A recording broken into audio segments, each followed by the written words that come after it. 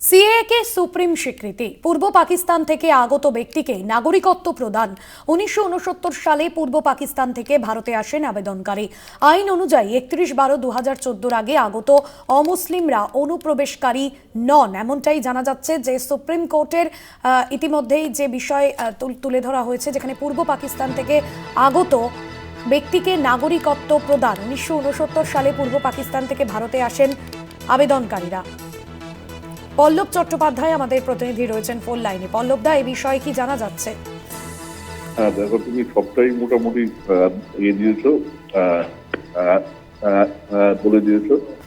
বিষয়টা হচ্ছে যে এই সিএএ বা সিটিজেনশিপ অ্যামেন্ডমেন্ট অ্যাক্ট, এটা অ্যাকচুয়ালি 1955 সালের ভারতীয় নাগরিকত্ব আইনের একটা সংশোধিত একটা রূপ।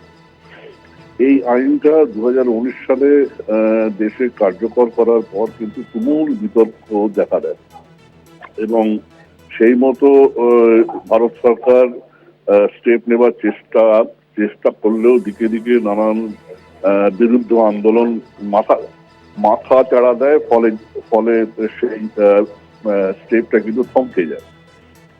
এক্ষেত্রে সুপ্রিম কোর্ট কিন্তু স্পষ্ট জানালো যে সিএএ অনুযায়ী কিন্তু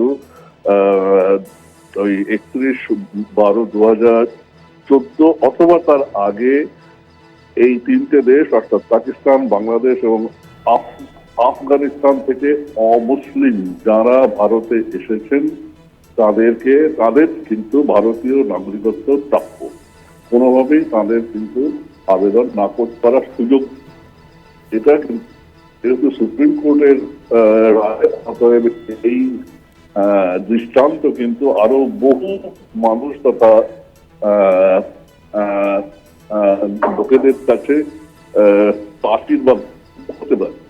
হ্যাঁ, ধন্যবাদ জানাবো আপনাকে। পল্লব চট্টোপাধ্যায় আমাদের প্রতিনিধি ছিলেন ফোন লাইনে।